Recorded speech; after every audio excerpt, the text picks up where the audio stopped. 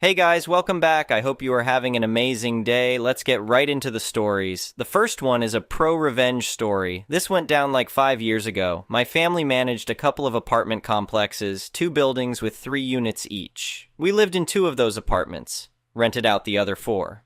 It was just rows of these 3 flat joints lining the street for blocks. Most spots didn't have much parking. The side roads had houses, but you'd be lucky to snag a spot on those too. Our place had a decent-sized lot though, being a residential unit too, so we could fit around 16 cars in our lot. Stayed smooth for years like that.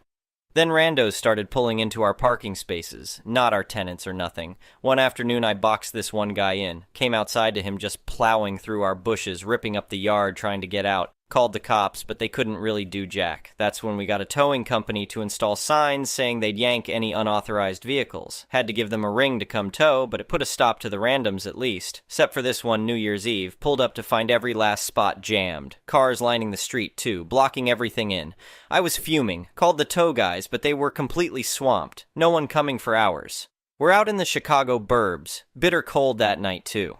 Then it hit me, the sprinklers. Dug those babies out, ran a heated hose from the laundry room so they wouldn't freeze up. But oh man, did those cars and pavement get an icy shower. 3 sprinklers rotating every half hour or so for like 5 hours straight. Every inch of parking, every car, the whole street just encased. Made sure to really hose down the locks, windshields, grills, you name it. Packed it in around midnight, crashed hard. 4 a.m. rolls around, sudden eruption of furious pounding, doorbell ringing nonstop. We just chuckled to ourselves, dialed up the cops, waited for them to show before stepping outside. The officers could barely hold it together, trying not to laugh. Turned out these geniuses got duped by some idiot from a few buildings over, told them to park here for his party. The same dingus that plowed through our yard months ago, pointed right at the tow warning, told them to get their frozen cars out of here or they're getting hauled. In our town, cops can slap tickets on private lots if the owner allows it. Let's just say a whole bunch of partiers ended up catching expensive tows too, on top of the fines, since no one could get into their cars. Really wish we had that madness on video.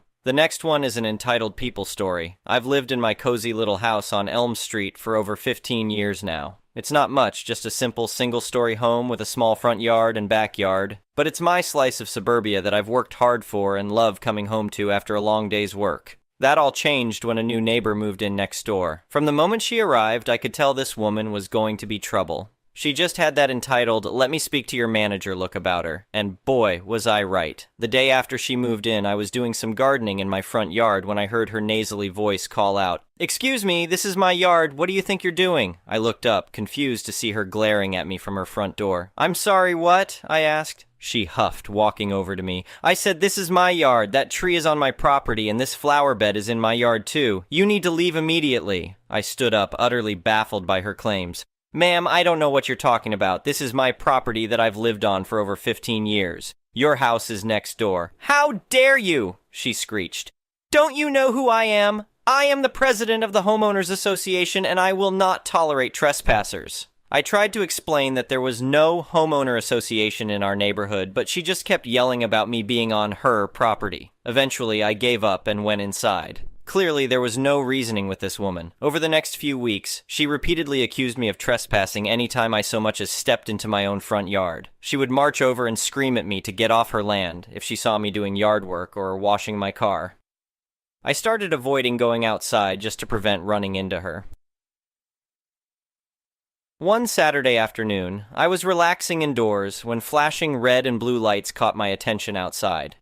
I looked out the window to see a police cruiser parked in my driveway and 2 officers approaching my front door.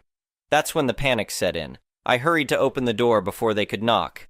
"Officers, what seems to be the problem?" I asked nervously. One officer eyed me suspiciously. "We received a call that there was a trespasser on this property refusing to leave. Would you care to explain yourself?" My jaw dropped in disbelief. That delusional woman next door had actually called the cops on me. I quickly clarified that I was the homeowner and certainly not trespassing. The officers apologized for the confusion and said they would go speak to my neighbor to sort this out. I watched as they walked over and knocked on her door. Moments later, I could hear her shrill voice screeching loudly as the cops talked to her. She was yelling about me being a liar and that she owned the neighborhood. I saw her point angrily at my house and even try to push past the officers towards my home at one point. Eventually, the cops had enough of her bizarre behavior and slapped cuffs on her. I could scarcely believe my eyes as the officers hauled her still screaming self into the back of their cruiser. She kept insisting she did nothing wrong and that I was the criminal. It was a scene straight out of a comedy sketch. Later on, I gave my statement about all the harassment I dealt with since she moved in. The police informed me she would be charged with falsifying a police report and disorderly conduct. I found out from other neighbors that she had been terrorizing them too with her delusional claims of owning the whole block. We all breathed a sigh of relief knowing she would be locked up for a good long while. The peace and quiet of having my home back was beyond rewarding. No more looking over my shoulder in my own yard or dealing with her crazy accusations. She only had herself to blame for letting her entitlement land her in jail. In the end, her lies caught up to her. Calling cop with fictional accusations got her arrested instead of me. Maybe next time she'll think twice before trying to claim properties that don't belong to her. The next one is a petty revenge story. This happened many years ago. I'm an IT contractor living in England. I got a job working next to the Welsh Assembly in Wales. Shockingly. Typically, I'd travel on bicycle, train, since there wasn't really a need for a car in Cardiff. One week I needed my car there for something, so I arrive early Monday morning. Between the Welsh Assembly and our building was a triangle of land that belonged to the WA, but they'd not included it inside their wall, so it was just this triangle of unmaintained mud grass, big enough for one car parallel to the wall or two cars perpendicular. I arrived, parked with enough space for another car. There was usually one parked there. Midway through the day, I get called over by my boss, who asks if I've parked there. He says that his boss is pissed because I'm parked there. I argue over it being public land, etc. I'm told that this boss gets the say on my contract and doesn't need a reason to end my contract. Fine, I'll move my car. Within 30 minutes of moving my car, boss's boss has turned us around so nobody else can park there. This annoys me.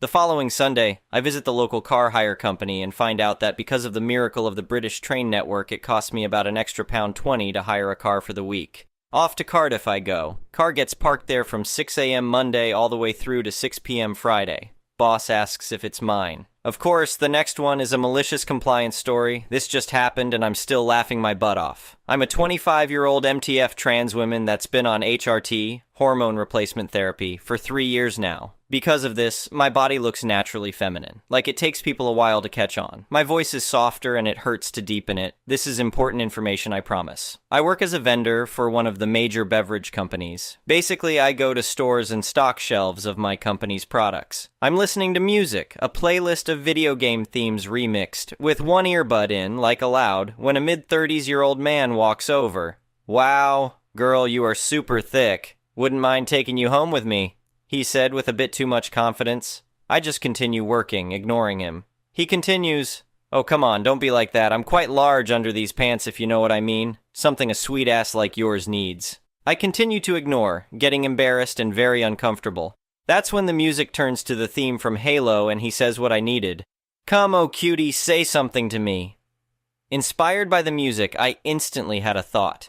It hurts a lot to do a masculine voice, however. In that moment, I took a deep breath and turned to him. I looked at him with a very enthusiastic smile, and he looks like a kid in a candy store, bouncing a bit like, "Oh boy, I actually got one." Going back to my roots, I took a deep breath, and in the most deep masculine voice I could muster, I said to him, "You're cute as well. Sure, I wouldn't mind having my way with you." Afterwards, I start coughing, my throat hurting, yet it worked. The dude jumped back a good foot and yelled out, "Oh, hell no! Duck this, nope, hell no." He ran out of the store so fast, constantly looking over his shoulder as if I was following him. The store's workers were laughing their asses off, mostly all the female workers.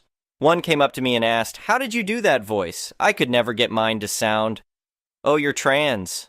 That makes sense."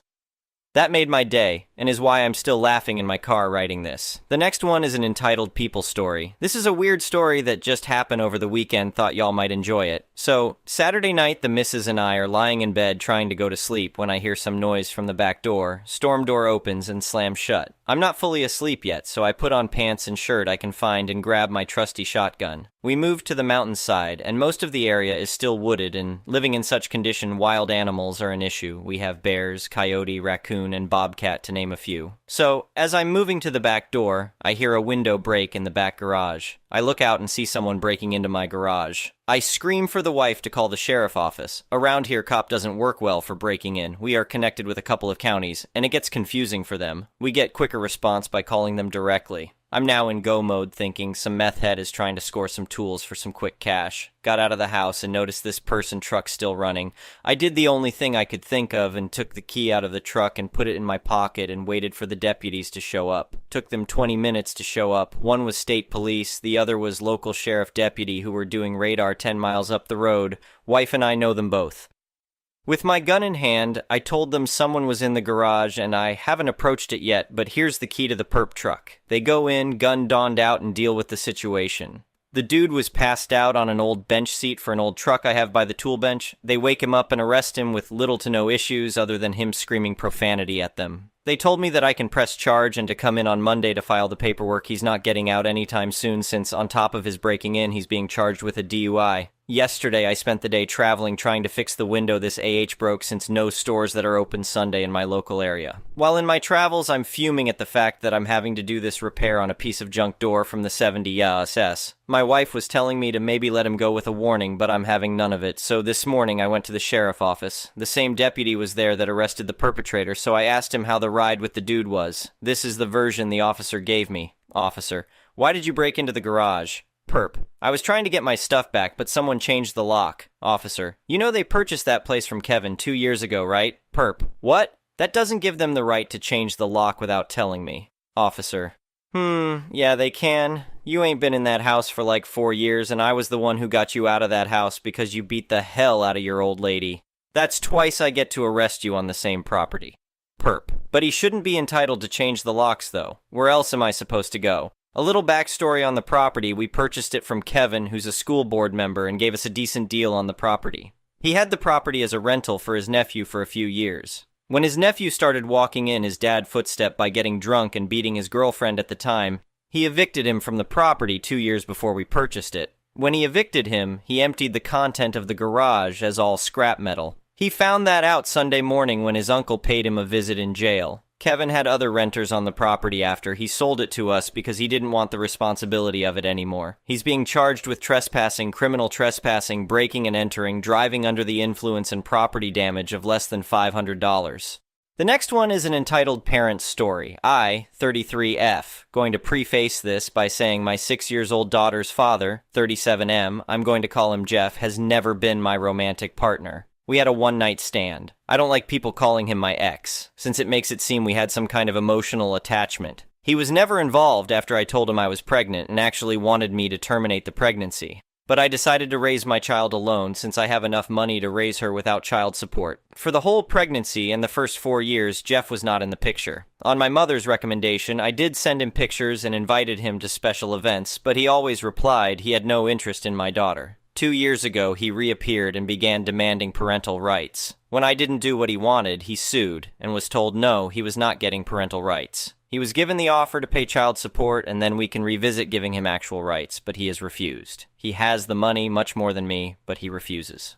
I still offered to let him see my daughter in a casual manner, no child support needed, with the agreement anything legal, medical, or educational will not involve him. He pushed the boundaries and we had a fallout. After that, we didn't hear from him for almost 6 weeks before he called to meet for Christmas. After much discussion, I agreed to bring my daughter over on the condition my daughter's godparents could come. Thus, we went over for Christmas dinner. And finding out Jeff is married and had never told his family he had a child, it was great to be judged by a bunch of strangers. It was uncomfortable the whole time. I'm going to use fake names, but let's say my daughter's name is Katie. His wife kept calling my daughter Gabrielle, not the actual name she used, but it was that different to my daughter's name. The wife was also very physical, trying to pick up my daughter or parent her. I would block her or tell her to please let me deal with my child. The whole time she pretty much ignored me, but Katie didn't seem nervous, so I decided to just bid my time. I hit my limit when my daughter said she needed the bathroom, and this stranger went, "Oh, Gabby, you need potty? Let mommy change you."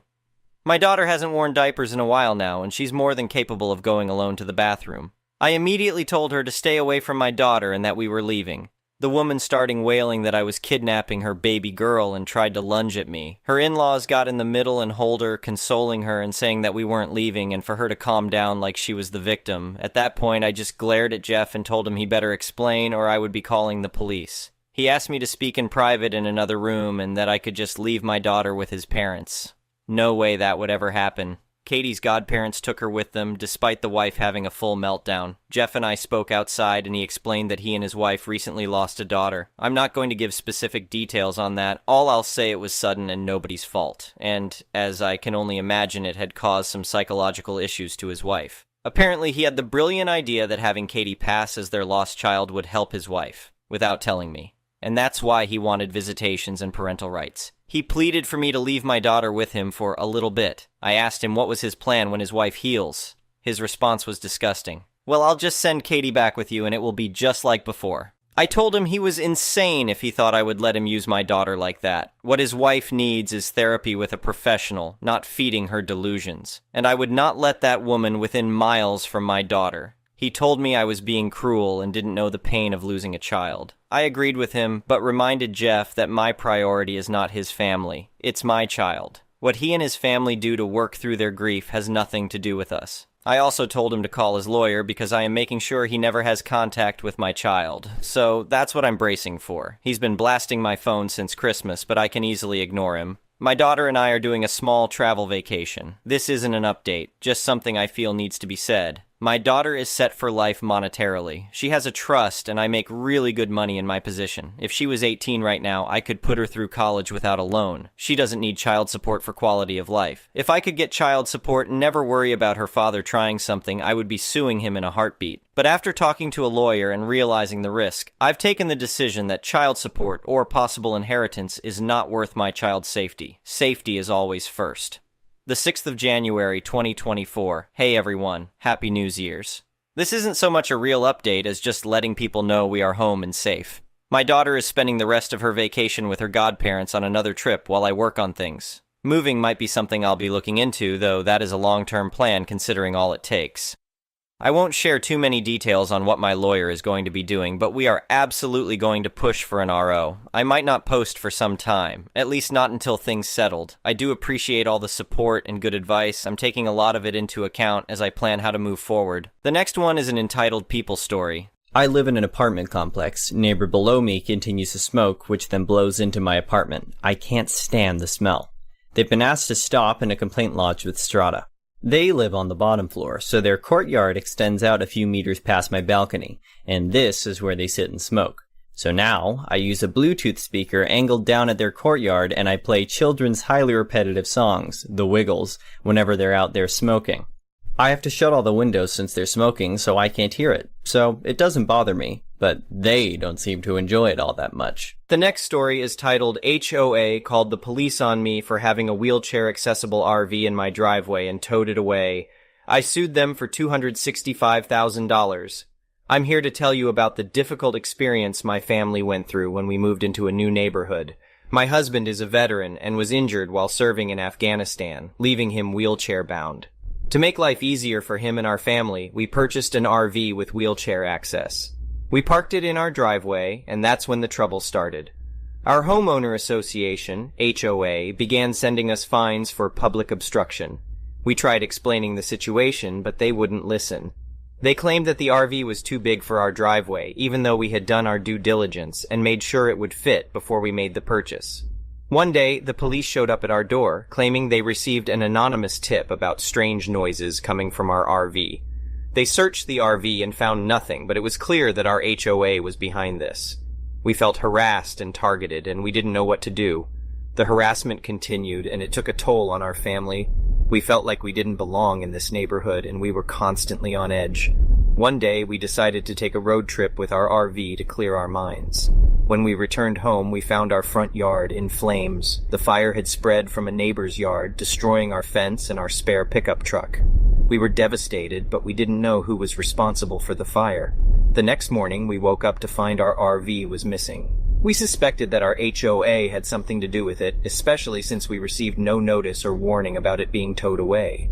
We were furious and went straight to our HOA president's house to confront him. He denied knowing anything about it, but we weren't convinced.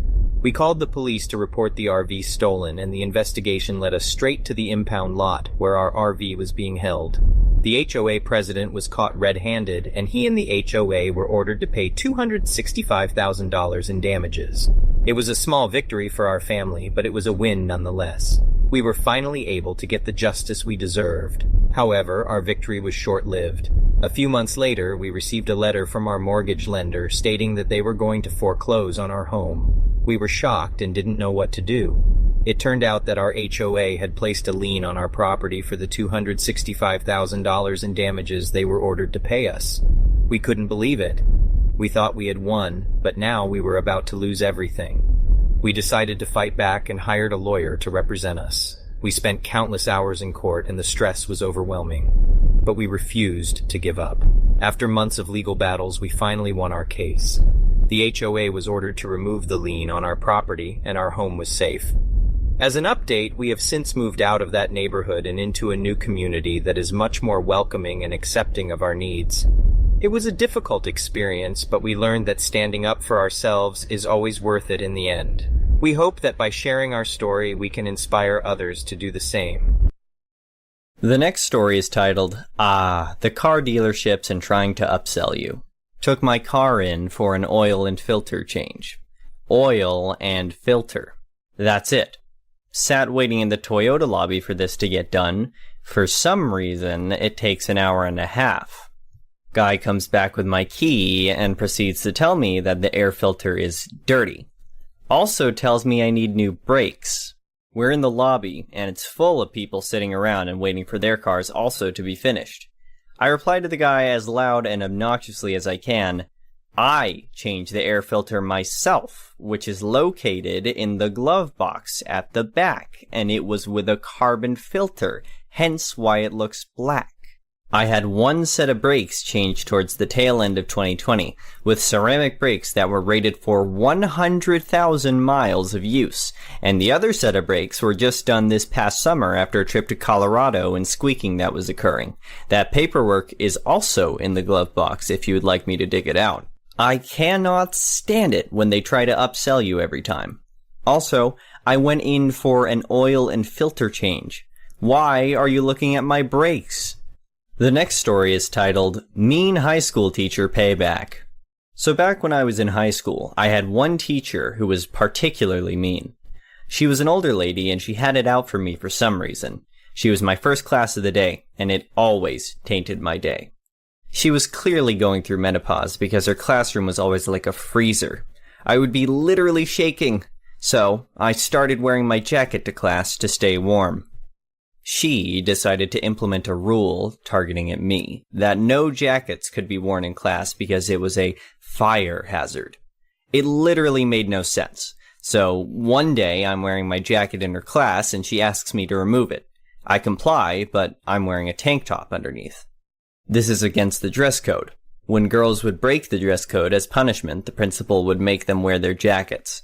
This is in the days before Gen X and students fighting sexist dress codes. She sent me straight to the principal, who asked me to then wear my jacket. The frustration in her face by outsmarting her was priceless. I'm still proud. The next story is titled, Did I Do That?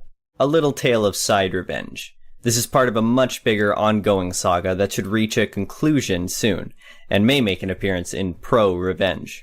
However, it's pretty satisfying on its own. Sorry I'm not more specific on some things, but future legal concerns. A short time ago, I was unjustly fired. A few days after, I wrote a response to their severance offer that included an entire account of the crap show that had taken place. I made sure to send it to all the CXO dogs, except for one charming fellow. Now, the very day they fired me, I had come into some interesting info about CF that I thought might be valuable. So, when I was countering their offer, I casually mentioned that XX amount shouldn't be a problem for the company since they could afford to pay a certain expense for CF at over thousands of dollars a month. To be honest, I was only guessing at the amount, but I had a good ballpark estimate.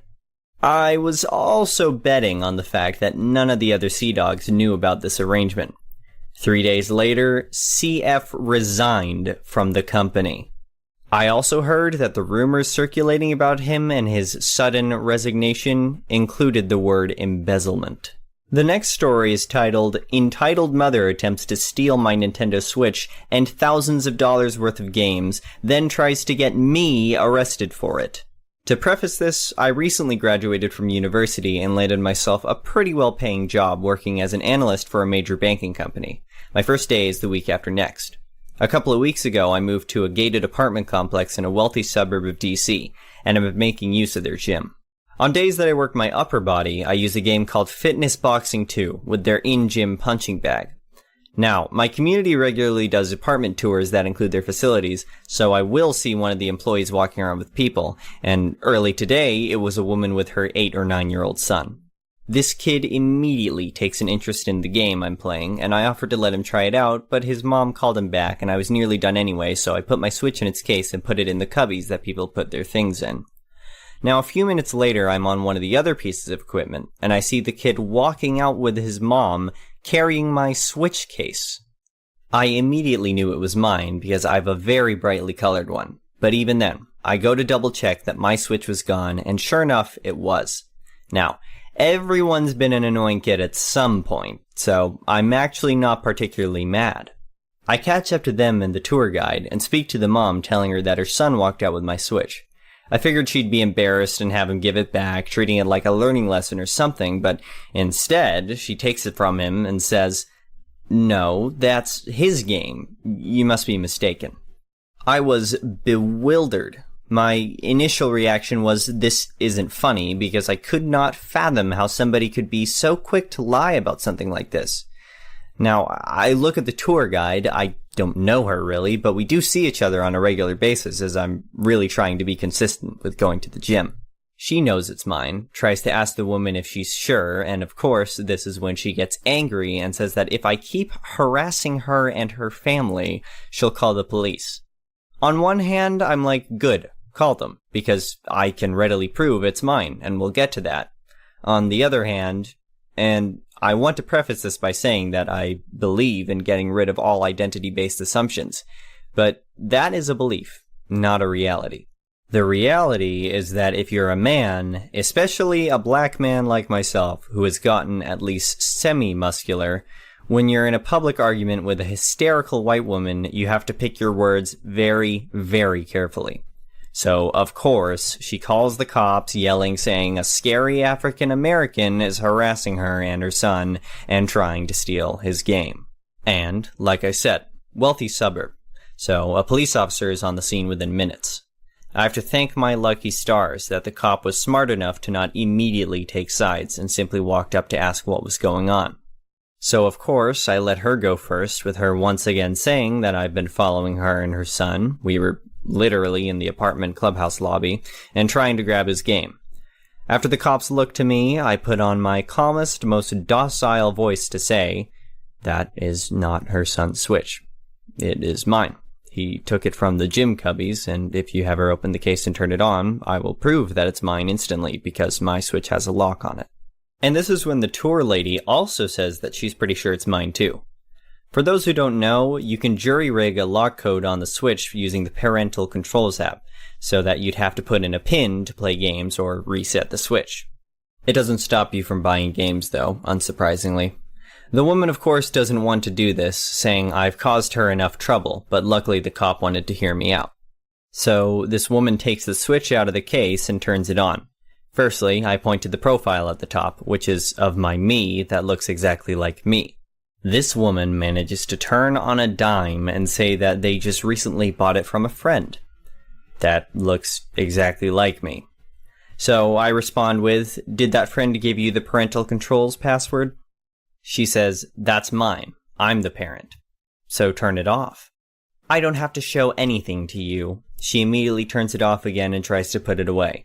But luckily, once again, this cop says that she has to show it if it really is hers.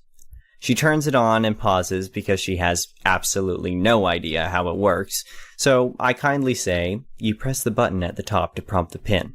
Then I get my phone out.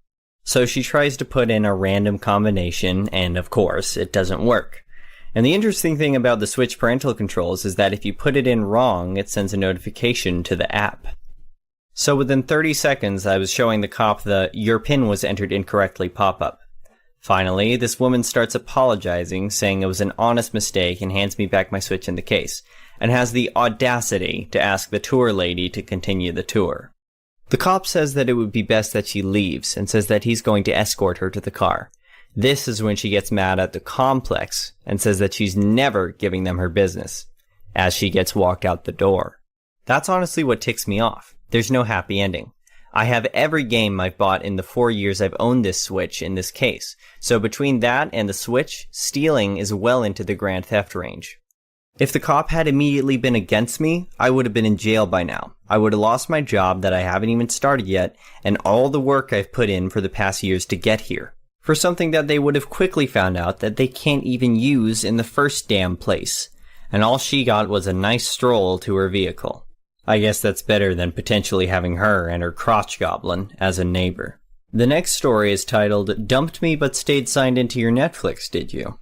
So, my girlfriend dumped me a few years back after cheating, and I'm completely over it. Anyway, like I've said, I'm over it, so I thought that now was the best time to carry out my revenge. Because I'm over it. So, I noticed that she left her Netflix logged in on my laptop, and Google has remembered the password. I have had my own since, but it always asks which account I'm going to log into and pre-populates her passwords, etc. So, about last month, I just logged into it. I don't know why, but just was kind of half interested in what she'd been watching. I saw that she had been watching Breaking Bad and was on season 2 episode 3, and just logged out and didn't think much of it. Until 3 a.m. I woke up and had devised the most devious plan. I logged back into her account and just started letting it play right from where she had left off. Left it a couple of hours, then turned it off. So next time she logged in, it would have skipped a few episodes and the point as to where she was. I then started putting shows on I know she doesn't like, so it comes up on her recommended and really ducks up the algorithm. I just can't wait till she starts getting suggestions based on shows she doesn't like. It'd be a real shame if her and her new boyfriend fell out and started accusing the other of watching Breaking Bad when the other wasn't there, wouldn't it? Anyway, I'm over it, and not bitter anyway, so all good. Hope all goes well for her when she accuses her BF of watching Paw Patrol. The next story is titled, Karen Left Diet Books at a Little Library by a Playground.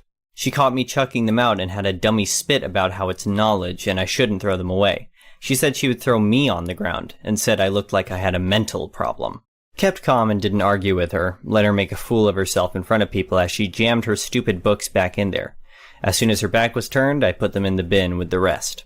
In hindsight, perhaps I should have suggested she ask for a refund because clearly they didn't work. The last story is titled, My Neighbor Chose the Wrong One. We moved into a place a year ago. First-time buyers into a tenement building with a shared garden. The stairwell, or close as it is often termed, is self-factored, which gives the place a nice vibe and made it an appealing place to live. Upstairs neighbor was all over us when we arrived, checking in, sharing cakes and recipes, sitting in the garden with us and our dog, and generally things were lovely. We put on a few barbecues for our neighbors to help meet everyone and set us off to a good start. Precisely 1 year on, and upstairs neighbor now has an issue with the dog being in the garden, as he has damaged some of her flowers. This is obviously not what we wanted, so straight away I suggest that I will happily spend my own money to supply timber and a handyman to build raised beds to prevent this happening again, and to make gardening easier for her. It'd be approximately $600 to do this. She complained of bending down and that she would be happier with raised beds previously.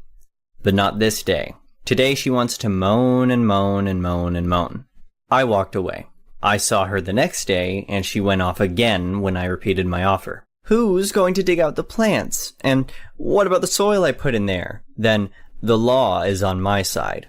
The who what now? Moving on from there, I walk away and vow never to speak with her again, and to reduce our use of the garden we pay to share. Next, she builds spikes and puts in barbed wire. Obviously to deter the dog or hurt him if he tries to go near the plants again. Big mistake. Linked is my pettiest of revenge. You may have heard of it. It is called an annoyotron. Powered by an insanely small battery, it lets out random, irritating, and varying sounds that go off at varying times and over varying lengths of time. I just bought 2. One has been vacuum packed and put in her Windows box, which sits outside of her bedroom, and the other behind a tile around her front door. I hope that this becomes a lesson for her that hell hath no fury like a gay man mildly inconvenienced. The next one is an entitled people story. Bit of background before I start. The story happened when I was still working as a machinist back when I was 19. I started that job on second shift, 2 p.m. to 10 p.m., but was transferred to weekend shift, 5 a.m. to 5 p.m., barely 6 months later. And the manager for weekend was an older man we'll call Jay. This is important for later, since weekend was severely understaffed. We were each put in charge of multiple machines. I was in charge of running 4 machines that formed a big block in a corner of the factory hardly anyone ever went to. One Friday morning, as I was setting up my machines, a short, rotund man with a Vernon Dursley mustache walked up behind me and tapped me on the shoulder, surprised that I had a visitor. I pulled my head out of the machine and greeted him. Me. Well, me. EM equals entitled manager. Me. Hi, can I help you with something? Entitled manager. I'm his name. Me. Okay. Nice to meet you. I'm my name. Holds out my hand for him to shake, which he ignores. Entitled manager. Yeah, I'm just looking around trying to get a feel for the place, you know. Me. Understandable, I guess. I trailed off, not really sure what he wanted, and knowing that I had about 20 minutes to get the machines going before I fell behind on my work order. Entitled manager. You've got a pretty nice setup here. I wouldn't have known there was anyone working back here if I hadn't wandered over this way. Me. I guess. Entitled manager. I bet you have fun back here. You can slack off all day and no one comes by to bother you. He laughs in a kind of a condescending way. Me, sorry, but is there a point to this conversation or can I finish setting up? Yeah, I probably could have been a little more tactful here, but I worked my ass off and had the highest job completion rate out of every shift who ran those machines, which was quite a feat considering I was alone and the other shifts had between 2 and 4 people running those same machines. Entitled manager sneers at me. You don't know who I am, do you? Me? Nope. Should I? Entitled manager. Yeah, you should. I'm your new boss. Me. I stare at him for a second and then laugh. No crap? Did Jay finally retire? Entitled manager. What Jay? What's he got to do with this? Me. Jay's my manager. It was at that moment I realized he'd gotten ahead of himself and didn't even know who he was in charge of yet. Titled manager. No, he's not. I am, but I was just promoted to first shift manager. That means you work for me. Me? No, that's not what that means. I said slowly. I'm on weekend shift, not first, so you're not my boss. Jay is. Entitled manager. If you're weekend, then why are you running first shift's equipment? He asked in an aha, gotcha kind of way. Me, this is where I've been assigned. You want specifics? You're going to have to ask the manager. I didn't choose which machines I run. Titled manager, I am your manager. Me, no, you're not. Now, can I please get back to work? Entitled manager steps into my personal space and looks up at me with a frown on his face, like it was somehow my fault that I was a foot taller than he was. I'm the first shift manager. Me, good for you, man, and I mean that, but that doesn't mean you're my manager. Entitled manager pokes me in the chest. I'm the first shift manager. That means you have to listen to me. Me.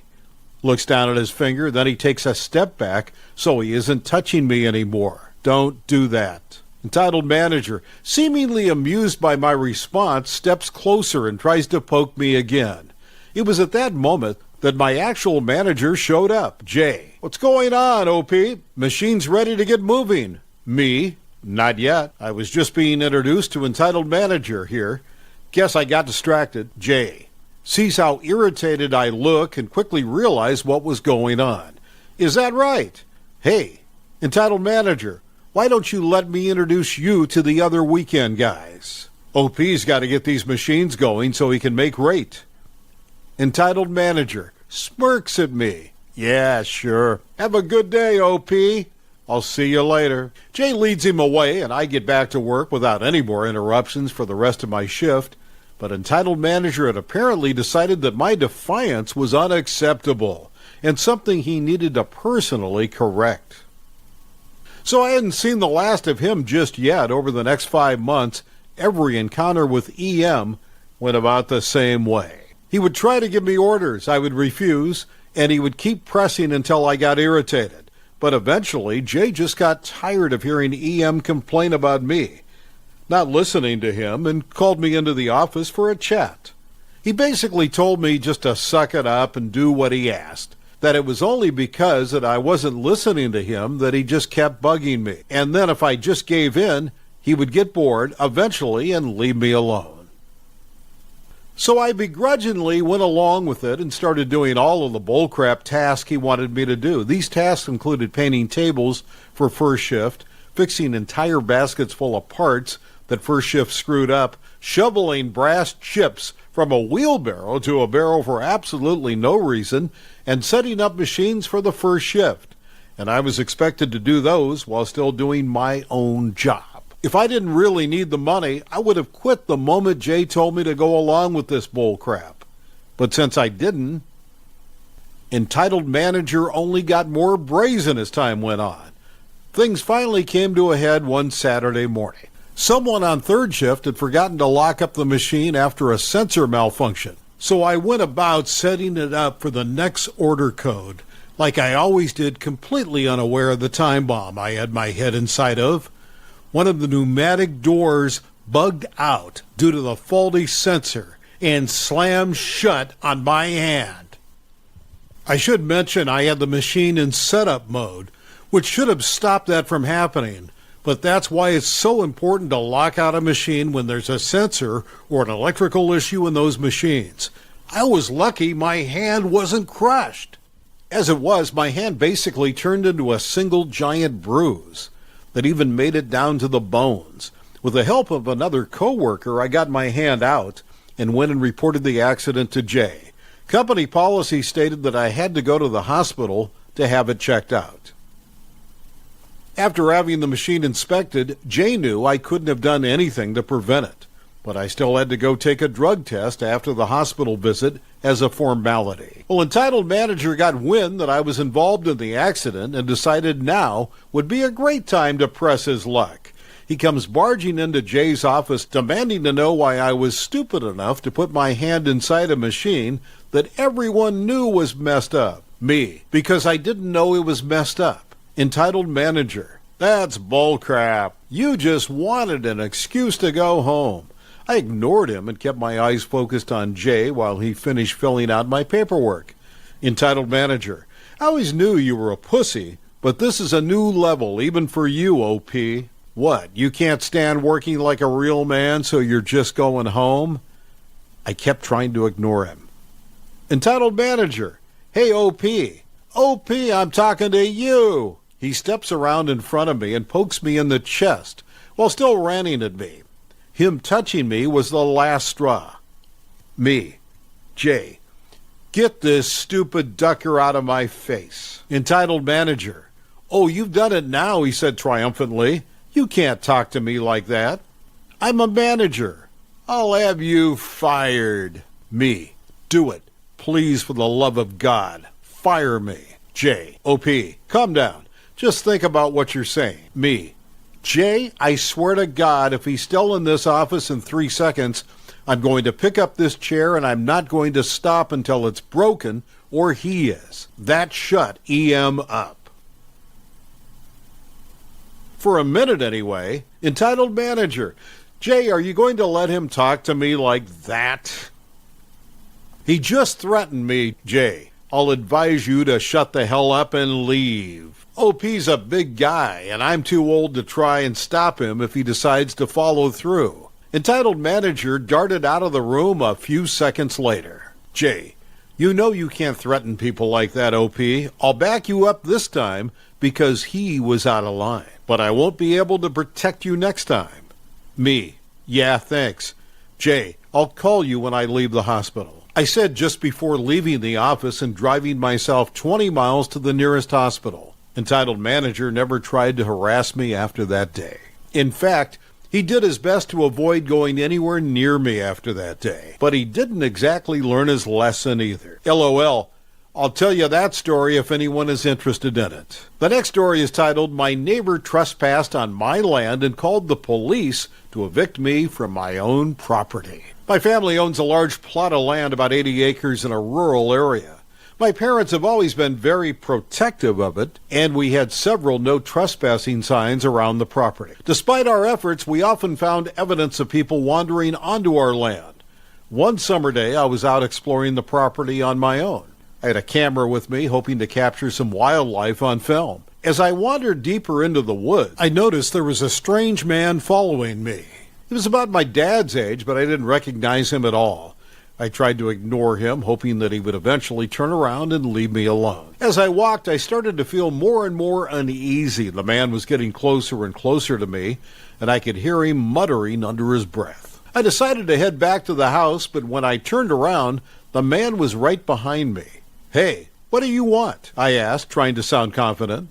The man just stared at me for a moment, then lunged forward and grabbed my camera. I tried to fight him off, but he was much stronger than I was. He started ranting about how we had no right to own all this land and how he was going to take it all from us. I was terrified, but I managed to break free and run back to the house. When I got there, I was out of breath and shaking with fear. I told my parents what happened, and my dad immediately called the police. While we waited for them to arrive, my mom locked all the doors and windows, and my dad grabbed his shotgun. When the police showed up, they searched the property and found the man still lurking in the woods. He had a knife and a rope with him, and he was clearly up to no good. They arrested him and charged him with trespassing, theft, and assault. We later found out the man had been arrested several times before for similar crimes. He was a dangerous criminal who had been terrorizing the area for years. I'm grateful that I was able to get away from him unharmed and that my family's land is safe once again. Update. Since that incident, my family has installed security cameras around the property and hired a private security company to patrol the area. We've also become more involved in the local community, attending meetings and speaking out about the importance of protecting private property. It's been a scary experience, but it's also made us more aware of the dangers that can lurk in the woods. Oh, God, this is garbage. The next story is titled, Lawyer Threatened to Sue Me for a 1-Star Review. Now, his 1-star reviews are going viral. Lawyers scam me and my family to the point where we're seeking recourse in court. I left the lawyer a 1-star review and the lawyer threatened to sue me for defamation. It was all true. If I didn't remove that review, it all backfired as I added that fact to my review. Now, the lawyer is getting tons of upvotes on my review and random 1-star reviews harassing him from everywhere. He even got a 1-star review from the Northwest Territories of Canada. Laugh out loud, they're so secluded from the rest of Canada that I didn't even know in my naivety that they spoke English up there. The lawyer who did me wrong is now a laughingstock. Edit. Wow, I was not expecting this to get this type of traction. Hence the very hasty language on my post. Thank you for your support. In light of having reviewed your comments, I feel the need to address a few things. First of all, yes, I filed a grievance against this lawyer, and yes, the local law society, bar association reprimanded him. But no, this lawyer did not give my family and myself the money that we had been scammed out of back. So that's why we're headed to court as well. Second, we've got a good number of family friends who are lawyers and who had minor input on the case. All have agreed that this lawyer has no leg whatsoever to stand on because everything this rotten apple in the legal community did was in malice, and there is no defamation in the review whatsoever. Lastly, someone from the Northwest Territories left a comment, and I just wanted to clarify what I meant by the NWT being so secluded. By all objective measures, the NWT is described as very remote online. However, you all rock, and I love Northern Canadians. And if you're reading this, JS from the NWT, you're a legend, my friend. I'm sure I'll do an updated post after the final verdict is delivered in court someday. D. As an honorable mention for comments, I'll note that the vast majority of lawyers out there are still great people. I've even got a lawyer representing me, as there is so much at stake. The last story is titled, Entitled Karen makes a fuss over my plane seat, then insists that I pay for her to move.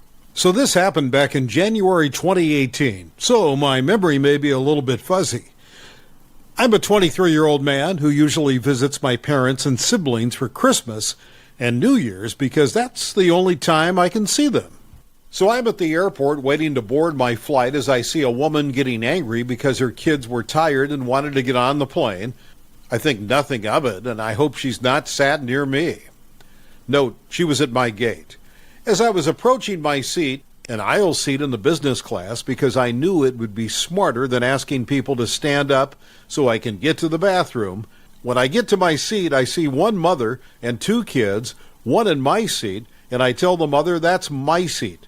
She is visibly pissed at that statement and snaps back, "No, it's not, idiot." Me not wanting to have a fight on the plane grabs the attention of a flight attendant, and I show her my boarding pass.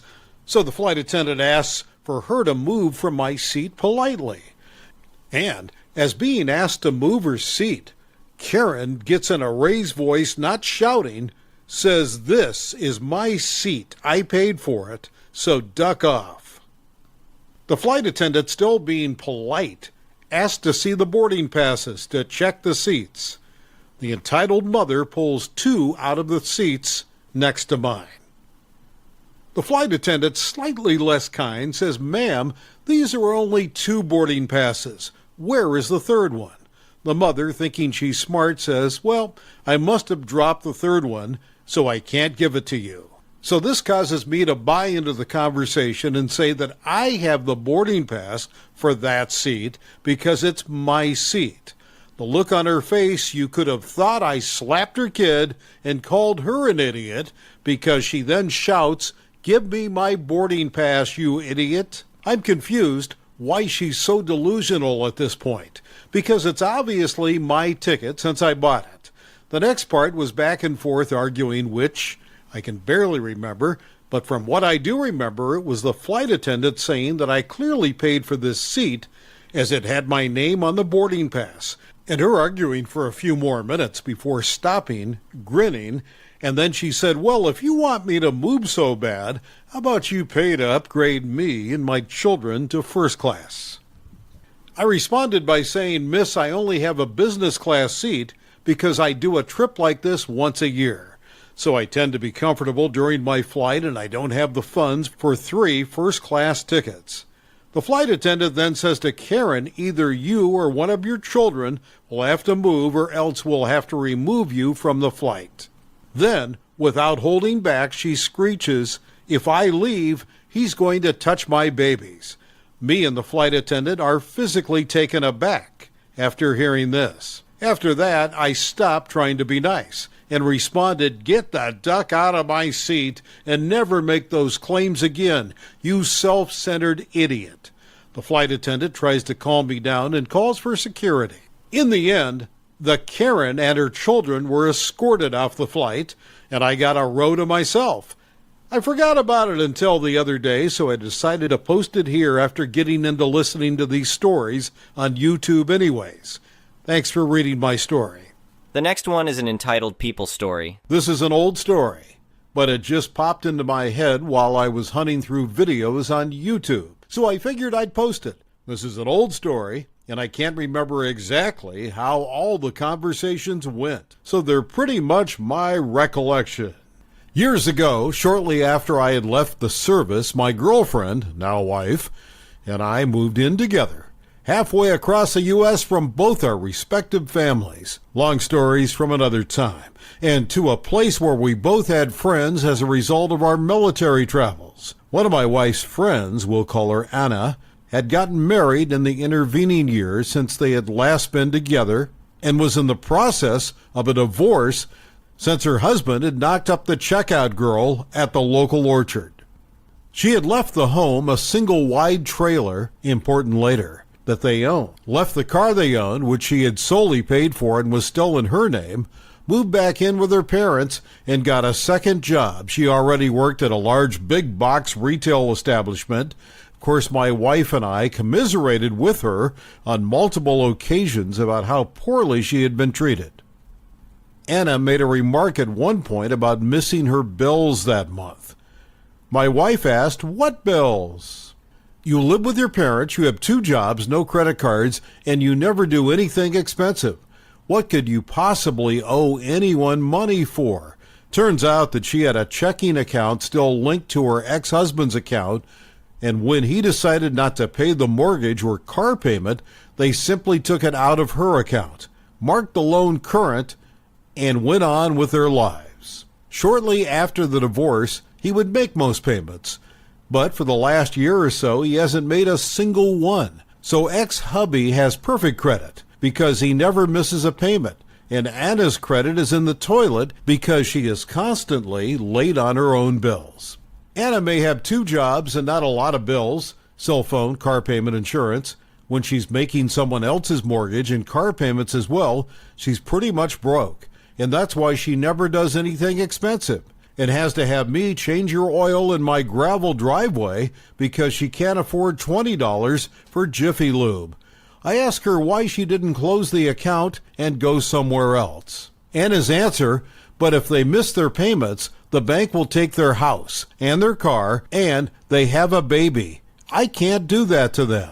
I did the Forrest Whitaker eye. Then I said, "They're taking advantage of you pretty badly. They've established that you'll pay all their bills for them, and they can do whatever the hell they want because you'll never force the sale of the house or the car. If I had an option to pay my bills or pass it off to someone I don't like, I'd let them do it every time." He's paying an electric bill and getting a free house, car, and everything else. And I guarantee you that he's handing these bills to the social worker and claiming he can't afford to live. So they'll give him WIC, food stamps, and everything else. You're funding the lifestyle of an a-hole who cheated on you and a woman who knew he was married because every time she came over, she made him take your wedding pictures down. So she didn't have to look at you while she screwed your husband. You're paying bills for a guy who is so dumb that he thought he could get a woman pregnant he wasn't even married to, and to a woman who thought if she had an orgasm before she came over to sleep with your husband while you were at work, her egg would be gone, and she couldn't get pregnant. The dumb bitch was using a sex toy as birth control. You see, I may not give a rip about most of my family, but you do not duck with my friends. She gives it some thought, and a couple of days later asks for some help out of this. I took her to the bank to get an account the next day. She moves her direct deposit, withdraws her money, and closes her old account. The next month, ex-hubby's bills don't get paid. We're watching a movie when he calls. She spends an hour in a screaming match with him, telling him to pay his own bills. She has been charitable enough, and he and his new wife can pay for their own crap. Then the penny drops. Remember earlier when I said the house was a trailer? Anna has been paying the mortgage on the trailer, but not the rent for the lot it's on. They never had her checking account. This entitled prick has been assuming she's been paying that too. She assumed he had. He hasn't even figured out what's coming yet. He's calling because he's pissed off she hasn't paid the lot rent in forever, and he's being told to pay up, move his trailer, or they'll do it and hold the trailer in arrears until the bill for moving it is paid. He's calling to ask her for another $6,000, or they'll lose the home they both love so much. Now, up until this moment, Anna had been this sweet, wonderful gumdrop of a person, the type of person that it should be legal to slap if they're encountered before 9 a.m. The relentlessly sunny person that you send into the room to cheer up Tinkerbell.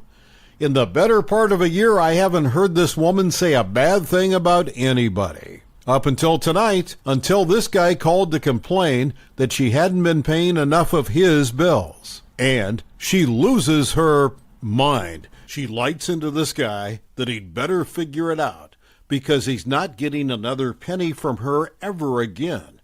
And while he's figuring out who to beg, borrow, or steal that money from, he may want to get a little extra, since he's about to get the overdue notices for the house and the car, too. He starts screaming so loudly I can hear what he's calling her from across the room. before she calmly hits the end button, flips the phone over, pops the battery out, sets them both down on the table, hits play on the VCR, morphs back into a normally sunny self, and offers to make popcorn. Monday morning, she went to the lawyer, filed a no-contact order, filed for bankruptcy. Her credit was already a mess, and there were bills with her name on. She didn't want that splatter all over her, and called the dealer that owned her car note, told her she couldn't make the payments anymore, and offers them a voluntary repossession, has them bring out their tow truck, and meets the driver with the keys and the paperwork. Signs the forms, asks the driver oh so sweetly to drop her off at her parents' house on the way back to the dealer, and waves at her ex from the passenger seat of the tow truck as he comes running out of the trailer wearing only a towel. Over the course of the next month or two, he lost his job because he couldn't get to work anymore. His wife had to go back to weighing pears at the orchard. Turns out she'd left her job when Anna was paying for everything, and sell his record collection, which was what he had been spending his money on while someone else was paying for everything.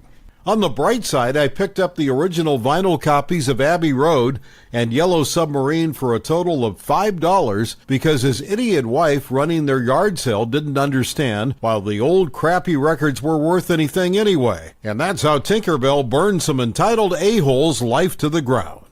The next story is titled, My HOA Neighbor Illegally Trespasses on My Property to Steal Water for Their Unapproved Pool. A few years ago, my family and I decided to go on a much-needed vacation to visit some relatives. Before we left, I made sure to double-check everything in the house, from the locks on the doors to the windows. I had no idea that one of the last things I checked, the spigot in the backyard, would be the one thing that would be the cause of the biggest headache of my life. Our neighbor was an obnoxious and entitled person, always thinking that the world revolved around him.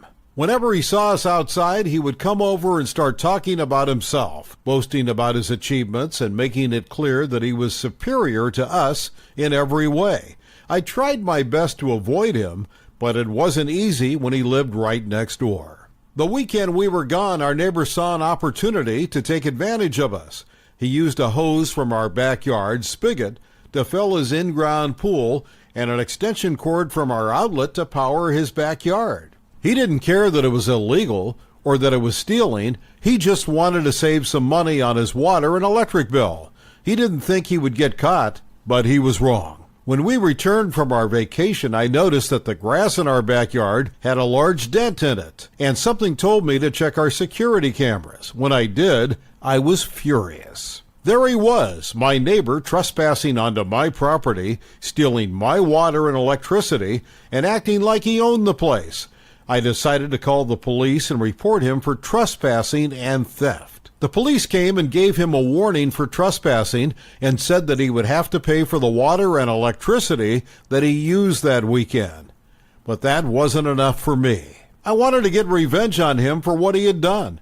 I remembered him boasting to me before about how he had installed his pool without permits to avoid paying fees and how it was not up to safety standards. That's when I had an idea. I decided to call my HOA and report my neighbor's pool for violating safety guidelines. The HOA promptly investigated, and they found several safety violations, including the lack of a permanent ladder, being too close to the back doors, and failing to cover the pool when not in use. As it turns out, my neighbor had not followed the HOA rules for private pools. The HOA informed him that he would have to remove the entire pool, and he had to pay a fine for building it without permits. He was left with a big hole in his backyard filled with dirt and a severely damaged property value. My neighbor was livid, and he soon moved away, but not before he threatened to get revenge on me. For months, I lived in fear that my neighbor would come back and try to get revenge on me. I didn't know what he was capable of, and I didn't want to find out. But as time went on, I realized my fear was unfounded. My neighbor never came back, and I was able to relax and enjoy my life without worrying about him. As an update, a few years after my neighbor moved, a new family moved in. They were friendly and courteous, and we became good friends. The new neighbor always respected my boundaries and privacy, and I appreciated their thoughtful approach to being good neighbors. One day, the new neighbors invited me over to their backyard to show me something. When I got there, I was surprised to see they had installed a beautiful swimming pool. It was clear they had gone through all the proper channels to get the necessary permits, and it was up to safety standards. As we sat around the pool sipping drinks and enjoying the sunshine, I couldn't help but feel grateful for my new neighbors. They had reminded me that not all neighbors are difficult, and it's always better to resolve issues through proper channels. Like the HOA, as we talked, my new neighbor revealed that they had a run-in with our old neighbor before they moved in. They had heard that he had installed a pool without permits, and they had reported him to the HOA, but they didn't know how serious the situation was until they moved in and saw the big hole in the ground in the old neighbor's backyard. They were shocked that someone would go to such lengths to avoid paying fees. As we continued to talk, I noticed that my new neighbor seemed to be getting upset. When I asked what was wrong, he told me that he had received a threatening letter from our old neighbor. The letter stated that he knew about the HOA report and that he would get revenge on them for reporting him. I immediately called the police, and they took the letter as evidence. They told us that they would investigate, but we didn't hear anything for weeks. We started to worry that our old neighbor was up to something. We didn't know what to do. One day, while I was at work, I received a call from my new neighbor. He was frantic, and he told me that he had heard a noise in his backyard. He had gone to investigate, and he found that someone had cut the power to his house. He was terrified that our old neighbor was trying to hurt him, and he didn't know what to do. I rushed over to his house, and we called the police. They arrived quickly, and we found that someone had cut the power line to my neighbor's house. They couldn't be sure who did it, but they suspected that it was our old neighbor. They told us to be careful and to call them if we noticed anything suspicious. For weeks, we lived in fear that our old neighbor was going to come after us. We were constantly looking over our shoulders, and we didn't feel safe in our own homes. But eventually, the police caught our old neighbor, and he was charged with trespassing, theft, and criminal mischief. He was sentenced to prison, and we finally felt safe again. As an update, my new neighbor and I have become even closer since that incident. We all realize that having good neighbors is important, and we look out for each other. We have formed a neighborhood watch, and we make sure that everyone in the neighborhood feels safe and secure. In the end, the incident with our old neighbor taught us that it's always better to resolve issues through proper channels, and that having good neighbors is essential. We also learned that sometimes people are willing to go to great lengths to avoid paying fees, and it's important to be vigilant. But most of all, we learned that when we work together, we can overcome even the most challenging situations. The next story is titled, EM Demands Nurse Make Me Cover My Tattoo That's Scaring Her Sleeping Child. I'm in the ER waiting room, and an EM comes in with her deathly ill child that's fast asleep in her arms. I'm wearing a tank top and have a Spirited Away theme piece on my upper arm. I've been here for 2 hours already. EM keeps looking my way, huffing, dramatic sighs, and dirty looks. I have no interest in engaging, so I continue to ignore her. Finally, she stops a nurse and says, "You need to tell that person to cover that awful offensive tattoo." Nurse gives a blank stare. EM continues, "It's scaring my child. He's traumatized." Nurse looks at me. I meet her gaze out of the corner of my eye. She looks down at EM and tells her to wait outside or in her car if she had a problem. EM keeps saying how traumatized her child is. She's woken him up now from her yelling. She tells security that I need to move or cover up my horrific arm, or she's going to call the cops for indecent exposure. At this point, everyone is fed up. Security tells her to quiet down and take a seat or leave. Final warning. At this point, I'm laughing. Long story short, she tried to call the cops. An officer was already here. He poked his head in to look at me, then walked back out. Said something to her, and she left screaming bloody murder about indecent exposure to my poor child. I'm still currently in the waiting room. The last story is titled, Why is only some of the wine free to taste? The premium wines should also be free. In this wine region, if you go to cellar doors, you can get wine tastings that are free. Hit up a bunch of wineries, and it's a good day. Some cellars may have a premium range, which they ask for a small fee to sample, but there will be other wines you can taste for free. Any place that charges you a fee will refund the fee if you buy any wine. Went to a well-known place and tasted about 10 wines for free. They had a premium dessert range, and if I wanted to sample that, it would be $10. I'm not into sweets, so I skipped that even though I was buying other wine. The other random couple were already there before we arrived for our tasting. They had been low-key arguing with a staff member the entire time we were there and walked through 10 wines, and who knows how long before we arrived. I was buying some wine, so approached the register near the couple. Karen and the couple was very insistent on sampling the premium dessert wines, but did not want to pay. Sweet wines are my absolute favorite, so I will definitely buy a lot of bottles, so you should give me a free tasting anyway. The very patient staff member was repeatedly explaining that the $10 would immediately be credited to any wine purchase.